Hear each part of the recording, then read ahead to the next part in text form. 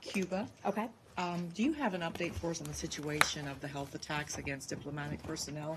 And the ranking Democratic member on the House Foreign Affairs Committee, Engel, said that the Trump administration is leaving Congress in the dark. Well, I can tell you this.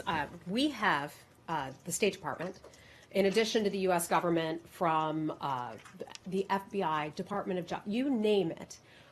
We have been engaged in having conversations with members of Congress. Some of those have been in a classified setting. Some have been in a more open setting. So I'm not sure which members have complained that they've not gotten enough information, but we have provided consistent briefings to Capitol Hill on this issue.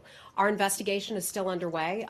Our Diplomatic Security Division is a part of that, along with DOJ as well. That investigation is still underway. The latest I can bring you, and I always tell you that I will bring you the latest updates on numbers. The numbers, thankfully, have not changed in terms of our colleagues and employees who have been affected by those health attacks. 24. That's where it stands right now.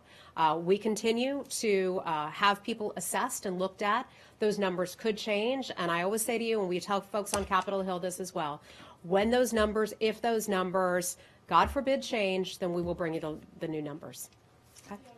Okay. Anything else on Cuba? On Cuba. Cuba. Hi. Yeah. On Cuba, I wanted to ask you, please.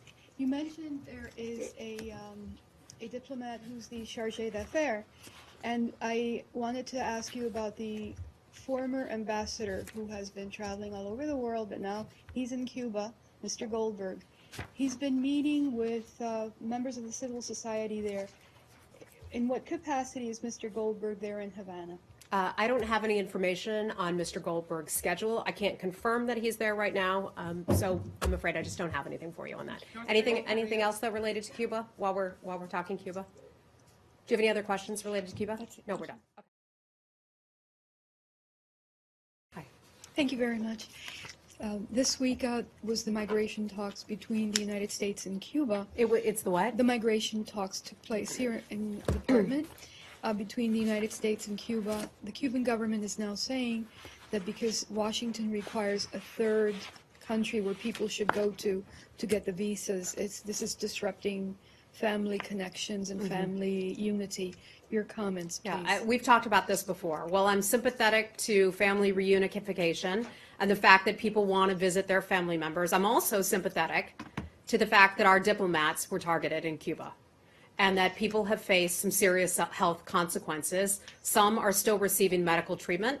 That situation is still unresolved. We have an investigation that is still underway. We were forced to have to draw down the size of our embassy, the size of our embassy personnel. The mere fact that we had to reduce the size of our embassy personnel means, sorry, not every Cuban is going to be able to get their visa handled in Cuba. You're not going to have all the conveniences that perhaps you did in the past when we're forced to draw down the size of the embassy. That's just a reality. There are other posts where people can go out of country to try to get the documentation that they need, and they're just going to have to do that for now.